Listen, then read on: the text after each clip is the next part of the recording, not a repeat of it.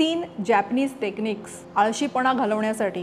Number 1 Ikigai. आपला व्यवसाय, आपली आवड, त्यातून मिळणारे पैसे आणि इतरांची गरज ह्या सगळ्यांचं सुंदर मिश्रण म्हणजे इकिगाई। अशी इकिगाई जेव्हा सापडते तेव्हा तो माणूस ध्येयासाठी खडबडून जागा होतो आणि मार्गी लागतो। Number 2 kaizen. रोज स्वतःमध्ये छोटे छोटे सकारात्मक बदल करणे आणि काही वर्षांनी, काही दिवसांनी आपल्या स्वतःमध्ये एक खूप मोठा सकारात्मक बदल बघणे। Number 3 Pomodoro. एक सलग सातत्याने खूप वेळ काम करणं खूपच कष्टदायक असतं। त्यासाठी पिझ्झा सारखे त्या कामाचे तुकडे करायचे। 45 मिनिटं काम, 5 मिनिटं विश्रांती, हा पोमोडोरो। 3 टेक्निक्स सांगितले, पण एक चौथा बोनस टेक्निक पण आहे, वाबी साबी। हा मला खूप आवडतो कारण एक हँडमेड आर्टिस्ट साठी हे खूप इम्पॉर्टंट आहे। परफेक्शनच्या मागे न पळता काम करण्याकडे जास्त लक्ष द्यायचं, काम करत राहायचं।